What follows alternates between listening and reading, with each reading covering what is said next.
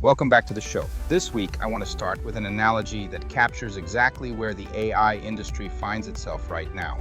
Imagine you spent the last 3 years designing the most magnificent futuristic race car the world has ever seen. Billion-dollar engine, spaceship looks, the whole 9 yards. Everyone in the industry is cheering you on. You finally roll it to the starting line, and you realize something terrible. You don't actually know how to drive it. Local authorities just outlawed your specific type of tires. You can't afford to put gas in the tank. And when you look at the road ahead of you, you realize the roads haven't even been paved. That is the AI industry in one image. We are hitting a massive wall right now. If you're sitting there feeling completely overwhelmed by the sheer volume of AI news that has dropped over the last 7 days, you are in exactly the right place. Today, I want to cut through the noise and extract the actual strategic insights from a really dense stack of sources. System cards, hardware rumors, billion-dollar lawsuits, and massive funding rounds. The clear narrative that emerges from all of it is this: the AI industry is officially transitioning out of the blind hype phase. We are crashing headfirst into the physical, economic, and legal realities of actually deploying these tools into the real world. Before we get into it, quick note, if this is the kind of analysis you come here for, hit the like button and subscribe. It's the single most useful signal you can send that this work is worth doing. Takes a second, means a lot. Now, let's get into it. The funding documents this week are just staggering. Anthropic is prepping for a massive IPO, holding investor meetings with Goldman Sachs and Morgan Stanley, and they were last valued at $965 billion. That's according to reported figures. They are openly racing to beat OpenAI, currently reported to be valued at $852 billion to the public markets, astronomical numbers. And to prepare for that, Anthropic is making some very deliberate governance moves. They just appointed former Federal Reserve Chair Ben Bernanke to their long-term benefit trust. They pledged $10 million to Canadian AI research and launched a public transparency initiative literally called Inviting Hard Questions. They are working overtime to project total institutional stability before asking the public markets for a nearly $1 trillion valuation. But here's the contradiction I can't get past. At the exact same time these valuations are approaching $1 trillion, there's a bizarre cultural shift happening inside these companies. Hugely successful founders, people who have already made it, are abandoning their executive suites. Tom Blomfield of Monzo, Instagram co-founder Mike Krieger, Chamath Palihapitiya, Eric Wu from Open Door. They're all taking incredibly flat, unassuming titles like member of technical staff at labs like Anthropic. Why are billionaires taking entry-level jobs? It comes down to a deep-seated fear of missing out on the foundational layer of the next internet. For these founders, taking a flat member of technical staff role is not a demotion. It's a front-row ticket to the revolution. The perceived future value of AI is effectively infinite right now, and they want to be in the room where it happens. They want to be close to the raw compute and the actual model training because they believe this is the defining technological shift of our lifetime. Here's what this means for you. Watch the appointments and the flat titles, not just the valuations. When people who could work anywhere all choose the same rooms, that's a signal about where the real optionality is being priced. But there's a paradox sitting right underneath all that founder-level FOMO. Billionaires are desperate to get into the trenches, while massive tech giants are suddenly pinching pennies on API calls. The actual enterprise token budgets, the money everyday companies spend to query these models, are ballooning completely out of control. The reports this week are telling. Meta just had to shut down an internal AI token spend leaderboard to curb employee usage. Uber blew through its entire annual AI coding budget in just 4 months. Microsoft literally canceled Claude Code licenses for its own engineers to save money. So, how is it that billionaires are desperate to get in while massive tech giants are cutting off their own engineers? It's the ultimate paradox of this current reality check. The future promise is infinite, but the current operational reality is shockingly expensive. Every single time an engineer runs a complex AI agent to write code or analyze data, it burns compute. If the models are too expensive for Microsoft and Meta to let their own employees play with freely, everyday companies are going to demand a guaranteed, measurable return on investment. The days of deploying models just for the sake of innovation theater are basically over. You can't slap AI on a press release anymore, which is why we're seeing a massive shift toward implementation services. There's a reported $1.5 billion joint venture called Ode with Anthropic, backed by Blackstone and other investors. They acquired a startup called Fractional AI to deploy roughly 100 special forces engineers directly into enterprise companies. Anthropic has a parallel partnership with the engineering services firm UST, reportedly training 20,000 engineers to use Claude to monitor factory assembly lines and network towers across telecom, healthcare, and banking. 20,000 engineers. If your company has to hire an elite AI special forces engineer to parachute in just to automate a workflow, doesn't this heavy reliance on consultants completely shatter the illusion that AI is just a simple plug-and-play solution? Yes, it shatters it completely. The industry promised us magic. The reality is that integrating a hallucinating neural network into a 40-year-old banking system requires intense, customized human oversight. And speaking of heavy lifting, the sources highlight fascinating research from Anthropic on robotics. Claude is getting much better at high-level robotics using what they call vision, language, action, scaffolds. But the model still fails heavily at low-level direct physical control. Think of the AI as an incredibly smart manager sitting in an office. That manager can look at an image of a messy room, use language to describe the problem, and output a step-by-step action plan to clean it. That's the scaffold. But the robot arm actually executing the plan is like a brand new intern who doesn't understand that if you squeeze a plastic cup too hard, it crushes. Language models are trained on human text and logic. Low-level robotics requires an innate, high-frequency understanding of 3D space, gravity, and friction. Text models simply do not naturally grasp physics. They can write the recipe, but they burn the kitchen down trying to crack an egg. Which explains why NVIDIA is making a massive push in Japan right now, partnering with the robotics industry to build full-stack physical AI. Solving the physical world requires specialized hardware, not just a smarter chatbot. If proprietary models from OpenAI and Anthropic are too expensive to run freely and too difficult to implement without an army of consultants, the door is wide open for an alternative. And the alternative is absolutely already here. A massive shift toward open source and open weight models is underway right now. Quick definition for context. An open weight model means the creator gives you the fully trained brain of the AI to run on your own servers, even if they keep the original training data secret. Hugging Face's CEO recently noted that frontier closed models might soon only be used for high-end experimentation, while the vast majority of actual production workloads will shift entirely to open models. Heavy hitters are validating this. Mira Murati, the former CTO of OpenAI, just launched a new startup called Thinking Machines, along with a highly capable open-weight model called Inkling. It's a direct shot at her former employer. But the strongest argument I saw this week came from Microsoft CEO Satya Nadella.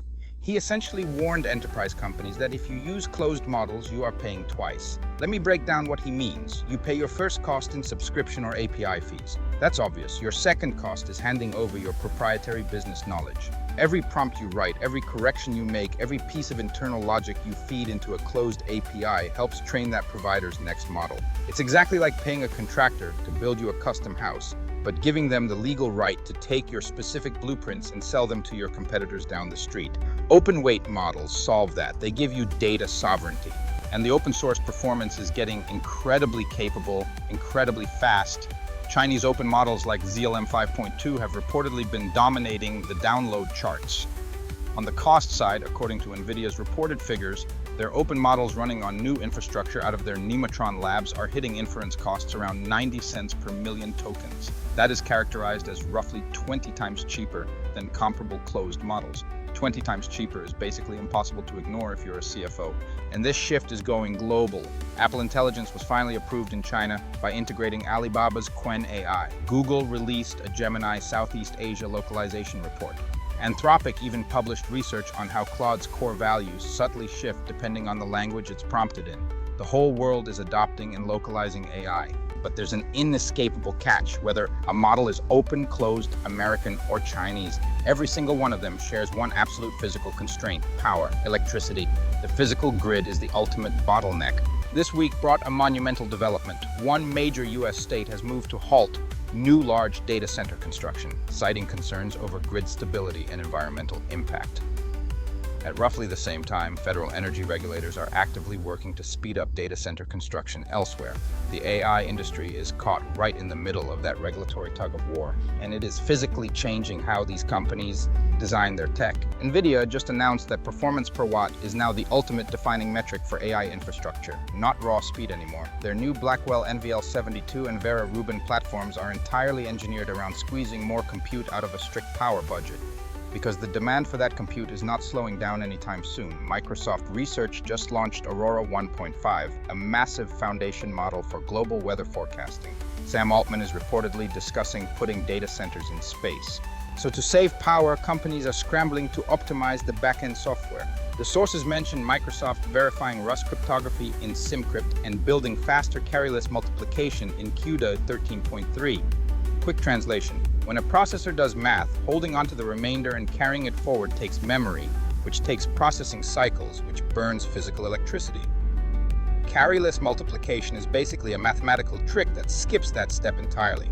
It saves fractions of a watt per calculation, which sounds tiny, until you realize you're running trillions of calculations a second across a massive data center. That tiny software trick saves literal power plants worth of electricity. Here's what this means for you. If you're an investor, the winner of the AI race isn't the company with the biggest model. It's the company that can do the most with the electricity it's legally allowed to consume. Efficiency is the new frontier. Because resources like power and top-tier talent are suddenly this scarce, competition between the tech giants is getting incredibly ugly. Let's talk about the hardware wars. Apple just launched a massive trade secret lawsuit against OpenAI. According to Apple's complaint, OpenAI poached over 400 employees, including Apple's hardware VP Peng Tan, and acquired Jony Ive's design company, I.O. Apple's allegations further include claims of a coordinated effort to steal confidential metal finishing and battery techniques. OpenAI publicly fired back, stating the lawsuit lacks merit and that they believe in fair competition. But why would an AI software company care about metal finishing in the first place? According to a single-source Bloomberg leak, and I want to flag that clearly, single source requires broader verification, OpenAI is reportedly building a screenless moving speaker. The goal is to create a physical manifestation of ChatGPT that acts as a home companion. Whoever controls the physical hardware controls the data pipeline. Right now, OpenAI relies on Apple and Microsoft devices to reach everyday users. If they can build their own successful device, they cut out the middleman entirely, which explains why Apple is fighting so viciously to protect its design secrets. Personal note, I'm highly skeptical of that product vision. Do you really want a screenless moving ChatGPT robot actively following you around your kitchen while you make breakfast? Public perception of AI is still very mixed, but tech companies know they have to get AI out of the browser and into your daily physical environment to justify these massive valuations, which is why Apple just opened its iOS 27 public beta, bringing its distilled Gemini-powered Siri AI to potentially 2.5 billion devices worldwide. It is a frantic race for consumer integration. There was also drama between Microsoft and OpenAI. Rumors were swirling that Microsoft is going to dump OpenAI to use their own in-house models. OpenAI publicly pushed back, announcing that their new GPT 5.6 is the preferred model for Microsoft Copilot 365. The alliances are holding for now, but they are very fragile. Every company is trying to lock in their user base before the legal and ethical reality checks truly hit. And those legal checks are hitting hard right now. Let's look at the massive copyright crisis unfolding. Publishers are launching a major new class action lawsuit against Google for training Gemini on their books. This comes right on the heels of a reported $1.5 billion copyright judgment against Anthropic for use of pirated works, $1.5 billion. On top of that, everyday consumers are actively looking for ways to opt out and stop Meta from training AI on their personal Instagram photos. The era of scraping the internet for free is well and truly over. The data is drying up, and the legal bills are finally coming due. Then there's the safety data.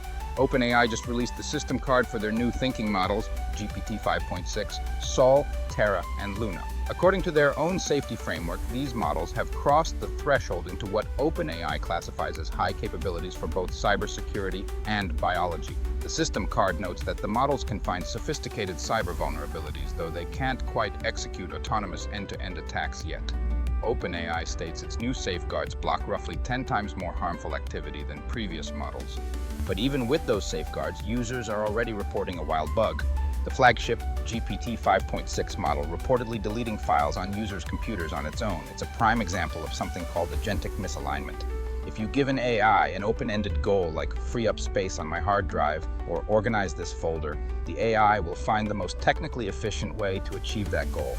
And sometimes the most efficient way to free up space is just to delete everything. The AI doesn't have common sense, it executes the prompt. It's a wild juxtaposition to process. We have incredible breakthroughs, like OpenAI researcher Miles Wang reportedly leaving to start a $2 billion AI drug discovery startup, which is amazing for medicine. The technology that can cure rare diseases is built on the exact same foundational logic that's deleting files by accident and getting companies sued for $1.5 billion in copyright infringement. Meanwhile, tech media is publishing articles asking increasingly dark and extreme ethical questions, the kind explicitly designed to stress test the ethical guardrails of these systems. This total chaos is exactly why DeepMind's CEO is now publicly calling for an independent standards body to regulate frontier AI. Right now, we are relying entirely on internal corporate safety stacks like OpenAI's system card, because the legal system for copyright and the regulatory system for safety are literally years behind the pace of the technology. So let me pull all of this together. Whether we're talking about power grids running out of capacity, massive token limits being enforced at Meta, or a $1.5 billion copyright judgment, the real test of AI is no longer what is this model capable of doing. The real test is, can you legally, physically, and economically implement it into the real world? Which leaves us with one final question worth genuinely sitting with. If the giant centralized tech labs continue to get bogged down by physical power limits, endless hardware lawsuits, and massive copyright fines, will the true AI revolution actually bypass them entirely? Will it happen quietly on our own personal devices, powered by those hyper-efficient open source models we discussed today? Think back to that billion-dollar futuristic race car we opened with. Maybe that's not the vehicle that actually changes the world. Maybe the vehicle is the efficient open source engine that anyone can afford to put in their own garage. That's the question I want you carrying into next week's news cycle. Watch for the labs that solve efficiency, not just capability. Watch for open weight models entering serious production workloads, and watch for the businesses that quietly stop paying twice. Thanks for going down this week with me. I'll see you on the next.